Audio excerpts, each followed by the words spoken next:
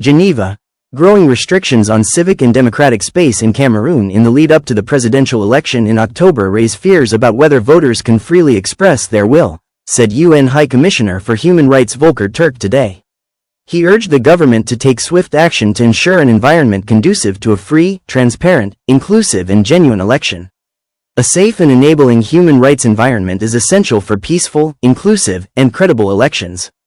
It regrettably appears that this is not the case in Cameroon, said Turk. Several gatherings have been banned amid rising restrictions on the activities of opposition political parties.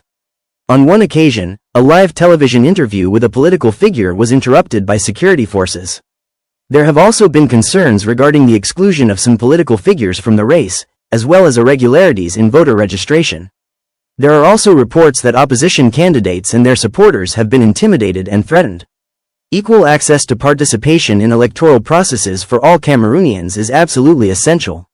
Any measures that could disenfranchise sections of Cameroonian society should be promptly addressed, the High Commissioner said. On the 4th of August, Cameroonian security forces arrested at least 53 opposition supporters outside the Constitutional Council in the capital, Yaoundé, during appeal hearings against some of the decisions of the Electoral Council. The supporters were accused of public disorder, unlawful assembly, rebellion, and incitement to revolt. While it is welcome news that all the 53 opposition supporters have since been released, they simply should not have been arrested in the first place. No one should ever be arrested for exercising their rights to freedom of expression, association, and peaceful assembly, Turk said. These developments come following the suspension of 3 civil society organizations and the banning of 2 others in December last year.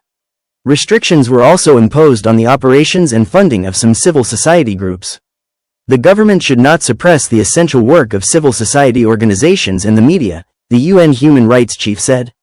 Turk also urged the government to take meaningful steps to address rising hate speech, disinformation, and incitement to violence, both online and offline, in line with international human rights law.